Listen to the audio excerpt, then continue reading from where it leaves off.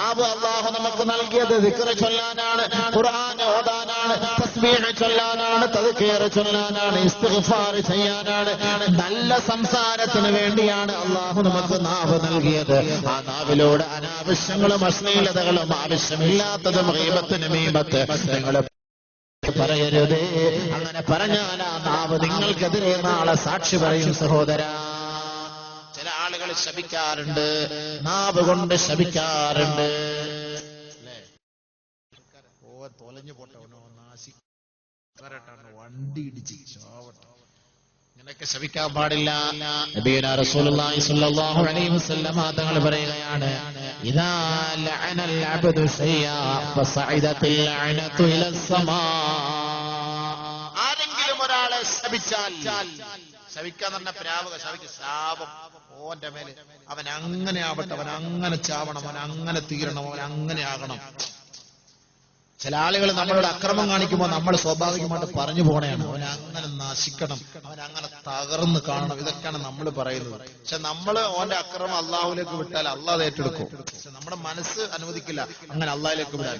നമ്മുടെ മുന്നിൽ കാണണം, അള്ളാഹ് ഓൻ ടിപ്പർ കയറിറങ്ങി തല രണ്ട് കിഡ്നി രണ്ട് ഭാഗം നിസ്കരിക്കാൻ പാടില്ല, അള്ളാഹ് ഇത് അങ്ങനെ കാണണം, അതിങ്ങനെ എല്ലാവരും വാരി കോരി കൂട്ടിട്ട് കബറടക്കണം, അത് കാണണം.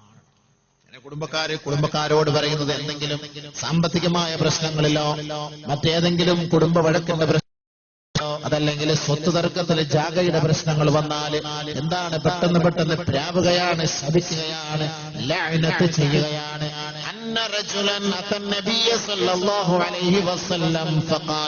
ഒരാൾ നബി തങ്ങളുടെ ഹളറത്തിലേക്ക് വന്നിട്ട് പറയുക, ഹിമ്യറ എന്ന ഗോത്രക്കാരെ അങ്ങ് ശപിക്കണേ നബിയെ. ഹിമ്യറ എന്ന ഗോത്രക്കാരെ അങ്ങ് ശപിക്കണേ നബിയെ. ഉടനെ അള്ളാന്റെ റസൂല് പറഞ്ഞ മറുപടി എന്താണ്?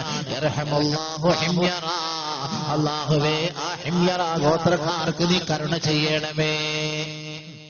എങ്ങനെ മനസ്സിലായി? ഇങ്ങോട്ട് നോക്കൂ, മനസ്സിലായോ? ശവിക്കാൻ വേണ്ടി നബി തങ്ങളുടെ ഒരാൾ വന്നിട്ട് ദ്വാരക്കാൻ പറയാണ്, ഇ പി ഉസ്താദിനോട്, ഉസ്താദെ ഓനല്ല ഇങ്ങനെ പ്രശ്നം ഉണ്ടാക്കിയത്, അവരല്ല ഇങ്ങനെ പ്രശ്നം ഉണ്ടാക്കിയത്, ജോരല്ല വല്ല പ്രശ്നങ്ങൾക്കാരാണ്, ജോരല്ല ഇവിടെ പ്രശ്നക്കാരാ ഉസ്താദെ, ഒന്ന് അവർക്കെതിരെ ഒന്ന് ദ്വാരുന്നാളാ. നമ്മൾ അങ്ങനെ ദ്വാരക്കാൻ പാടുണ്ടോ? ശവിക്കാൻ പാടുണ്ടോ? പാടില്ല.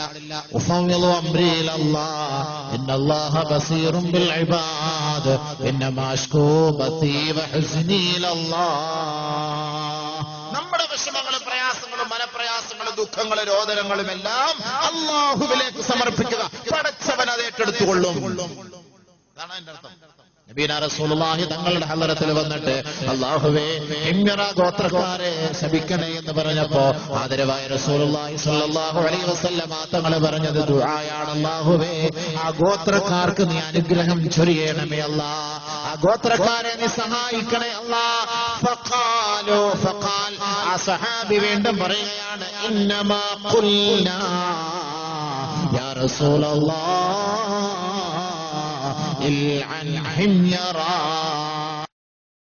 ഞങ്ങൾ അവർക്ക് വേണ്ടി ദുആ ചെയ്യാനല്ല അങ്ങയോട് പറഞ്ഞത്, ആ വിഭാഗത്തെ, ആ ഗോത്രക്കാരെ ശപിക്കണേ നബിയെ, ശപിക്കണേ നബിയെ. ശാപത്തിന്റെ വർത്തമാനം കൊണ്ട് അവരെ സ്വീകരിക്കണേ യാ റസൂലല്ലാഹ്. അത് പറയാനാണ് അവിടുത്തെ ഹളറത്തിലേക്ക് ഞങ്ങൾ വന്നതെന്ന് പറഞ്ഞപ്പോ ഖാല റസൂലുള്ളാഹി സ്വല്ലല്ലാഹു അലൈഹി വസല്ലം, അല്ലാഹുവിന്റെ റസൂൽ പറയുകയാണ്, നിഅമൽ ഖൗമു അൽ ഹിമ്യറൂ, ഏറ്റവും നല്ല വിഭാഗമാണ് ഹിമ്യറ എന്ന ഗോത്രക്കാര്. കാരണം എന്താണ്?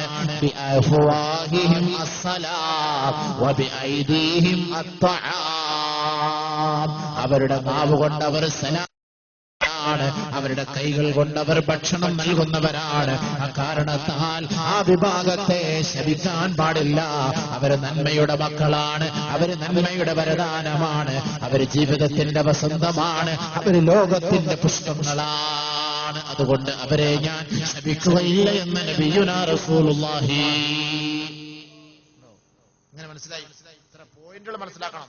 സലാം പറയുന്നവരെ ശപിക്കാൻ പാടില്ല, നാട്ടിൽ നന്മ ചെയ്യുന്നവരെ ശപിക്കാൻ പാടില്ല, ഭക്ഷണം കൊടുക്കുന്നവരെ ശപിക്കാൻ പാടില്ല, വലിയ വിഷയങ്ങളല്ലേ, അവരൊന്നും ശപിക്കാൻ പാടില്ല.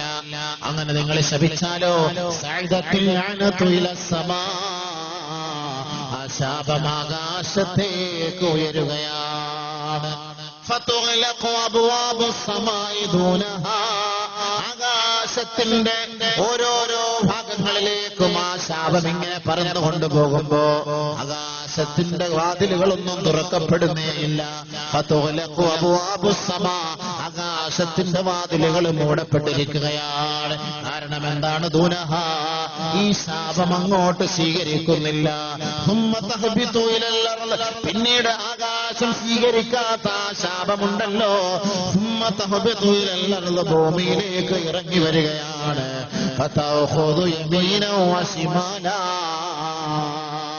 ഈ ശാപം ഭൂമിയിലൂടെ കറങ്ങിത്തിരിയുകയാണ്, ചുറ്റിത്തിരിയുകയാണ്. ആരാണോ ശപിച്ചത്, ആരെയാണോ ശപിച്ചത്, അങ്ങനെ ആ ശപിക്കപ്പെട്ടവന്റെ മുകളിലേക്ക് ഈ ശാപം പോയി നിൽക്കുകയാണ്. ഒരു പക്ഷേ ആ ശാപത്തിന് അവൻ അർഹനാണെങ്കിൽ ആ ശാപം അവന്റെ മേലേക്ക് വീഴുമത്രേ. അതല്ല, ആ ശാപത്തിന് അവൻ അർഹനല്ലയോ. ആരാണോ ശപിച്ചവന്റെ തലയിലേക്ക് ശാപം മടങ്ങിപ്പോകുമെന്ന് കമാ ഖാല റസൂലുള്ളാഹി. മനസ്സിലായോ? ഒരാളെ ശപിക്കുമ്പോ ഓർത്തോ, നീ ടിപ്പർ കയറി മരിക്കണമെന്ന് ആരെങ്കിലും കുറിച്ച് പറഞ്ഞാൽ നീ തന്നെയായിരിക്കും ആ ടിപ്പർ കയറി മരിക്കുക. ഉദാഹരണങ്ങൾ ഒരുപാട് വേണമെങ്കിൽ ഞാൻ പറയാം, പക്ഷെ അത് പറയുന്നില്ല. ഒരുപാട് ഉദാഹരണങ്ങളുണ്ട്. നമ്മൾ ഒരാൾക്കെതിരെ ദുആ ചെയ്താൽ അത് അവൻ തന്നെയായിരിക്കും.